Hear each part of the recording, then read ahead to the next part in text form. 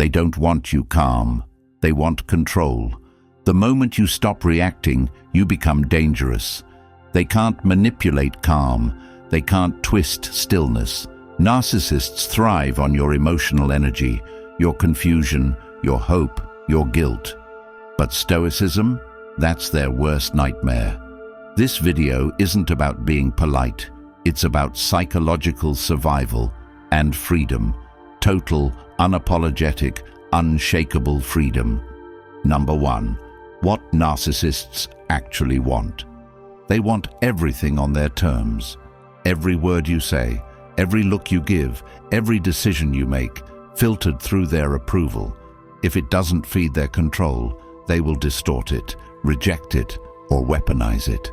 This isn't love, it's possession. This isn't connection, it's surveillance. When someone needs to win every conversation, it's not communication, it's domination. Narcissists don't argue to resolve, they argue to confuse. They twist logic to serve emotion. They'll agree with you 1 minute and deny it the next. You'll walk away from a conversation questioning your memory, your tone, your entire perception of reality. That's not accidental, that's design. This is deeper than lying. It's identity manipulation. And the more emotionally invested you are, the easier it is to fall into the trap. They don't want mutual respect. They want submission that looks like love. They want obedience that feels like loyalty. They want admiration disguised as compromise. And they'll keep you guessing just enough to make you think it's your fault when it goes wrong. They use affection like currency. 1 minute you're everything, the next you're nothing. You become addicted to earning back their good side, not because it's real, but because your nervous system is trained to survive unpredictability. People don't fall for narcissists because they're dumb. They fall because the manipulation is strategic. It's built on confusion, not clarity, on fantasy, not facts. You give more thinking that will fix things. You stay quiet, thinking that will keep the peace. But all it does is teach them that your kindness is negotiable, that your empathy is their playground, that your silence is their green light. They want control of your reactions, and every time you try to be the bigger person, they see it as weakness, not wisdom. They don't see your goodness. They see your boundaries bending. They see your self-respect cracking, and they move in deeper. What they want is not your love. It's your total emotional dependency. They want you walking on eggshells, second-guessing your truth, hoping they'll finally give you what they've been dangling for months or years. But the prize is an illusion. It's not coming. It never was. It never will. And the faster you accept that, the faster you reclaim your power. Number 2. Starve their attention. Every word you say to them becomes fuel. Every argument you step into is a trap. Every attempt to defend yourself gives them exactly what they want, your focus. And they feed on focus like oxygen. They want you caught up in their drama. They want you reacting to their moods. They want you fixing the mess they created. Because if you're busy explaining yourself, you're not paying attention to the truth. You're too busy managing their chaos to see the manipulation. Silence is your revolution. When you stop explaining, they start scrambling. When you stop justifying, they start provoking. When you stop reacting, they start losing control. And that's when their true character shows. They'll accuse you of being distant, cold, selfish. They'll push your buttons harder. They'll test new tactics because your attention was their leash. And now you've cut it. This isn't about ghosting or disappearing to be petty. It's about reclaiming the part of your mind that used to obsess over their opinion. You're not withholding attention. You're redirecting it back to yourself. Start seeing every attention-seeking behavior for what it is. A test. A test to see if you'll give in, if you'll break your silence, if you'll prioritize their comfort over your peace. Don't take the bait. Not once, not ever. They'll try new methods, backhanded compliments, half apologies, playing the victim, acting like they've changed. Don't engage. You owe them nothing, not a response, not closure, not comfort, because the moment you give in, they learn that your silence was temporary, that you're still available to be pulled back into the script, that you're still open for emotional business, and they'll write you into another chapter of dysfunction.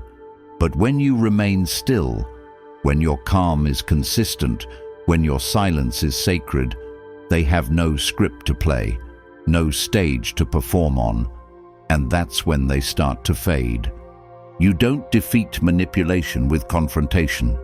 You end it with disinterest. You rob it of its audience. You remove the reward. You give them the silence they've never known how to handle.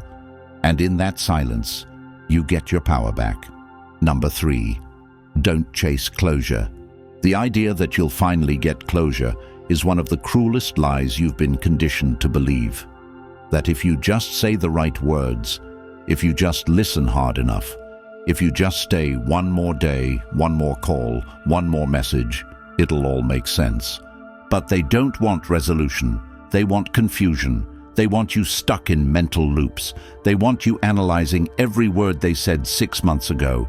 Every time you try to make peace, they change the story. They shift blame. They rewrite history. And they do it with a straight face. Closure doesn't come from conversations with people who benefit from your confusion.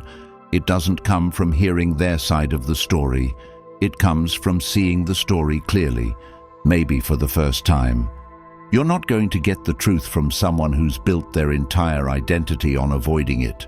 You're not going to get remorse from someone who sees accountability as weakness. You're not going to get validation from someone who only values control. Stop waiting for them to explain what you already know. Stop searching for meaning in behavior that's rooted in disorder. Stop thinking that clarity will come from their mouth. It won't. It comes from your eyes, when you finally see the pattern and stop excusing it. The apology you're waiting for, you already know it would be fake. The explanation you think you need, you've heard it all before. It didn't change anything. It just dragged you deeper. Your need for closure is not about them. It's about your own peace. And peace doesn't come from getting them to understand. It comes from realizing you don't need them to. Make the decision without the apology. Walk away without the conversation. Rebuild your self-worth without their permission. That's real closure. Number 4, boundaries aren't negotiable. You don't have to scream. You don't have to argue. You don't have to repeat yourself 20 times. You say what you mean, and you back it up with action. That's a boundary, not a warning, a decision. If someone keeps pushing you after you've drawn a line, they're not confused. They're testing you. They want to know if your words mean anything. They want to see if you'll fold. They want to know how far they can push before you give in. And the truth is, most people don't need to hear your reasons. They just need to see your results. You don't have to convince anyone that your limits are valid. You just stop participating when those limits are crossed. The minute you explain too much, you open the door for negotiation. And with narcissists, every negotiation is a chance to shift blame, twist words, and delay consequences. You're not being rude by enforcing boundaries. You're being real. This isn't about making them understand. It's about protecting your peace, your time, your energy. You don't explain your no, you live it. If they walk away when you set a boundary, let them. That's not rejection. That's proof. Proof that they weren't there for your truth, just your compliance. Your boundary doesn't have to be loud to be strong. It doesn't have to be angry to be effective. It just has to be consistent, every time, without exception. Stop making your peace available to people who treat it like a challenge. Stop giving your forgiveness to people who see it as a weakness. Stop opening the door to people who only knock to see if you're still vulnerable. If your boundary is constantly being tested, the problem isn't the line, it's the access. Change that, and everything changes. Number 5. Reclaim peace by letting go. Letting go is not giving up. It's growing up.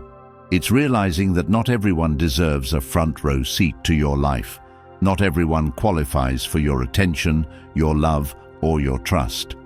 The hardest truth you'll ever accept is that closure is internal. Peace is chosen. Freedom is earned through detachment, not through discussion. You don't need them to apologize. You need to accept they won't. You don't need to win the argument.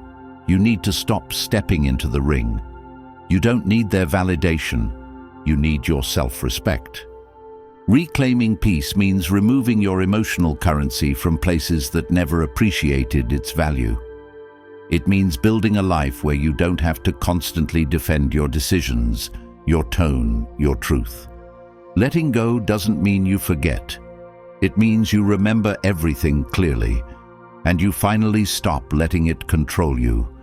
You walk forward knowing what they are. You walk forward knowing what you need. You walk forward without dragging their dysfunction with you, because you're done. Not bitter, not angry, just done. And that is the most powerful thing you can ever become. If you enjoyed watching this video, like, comment, and don't forget to subscribe so we can make more videos like these.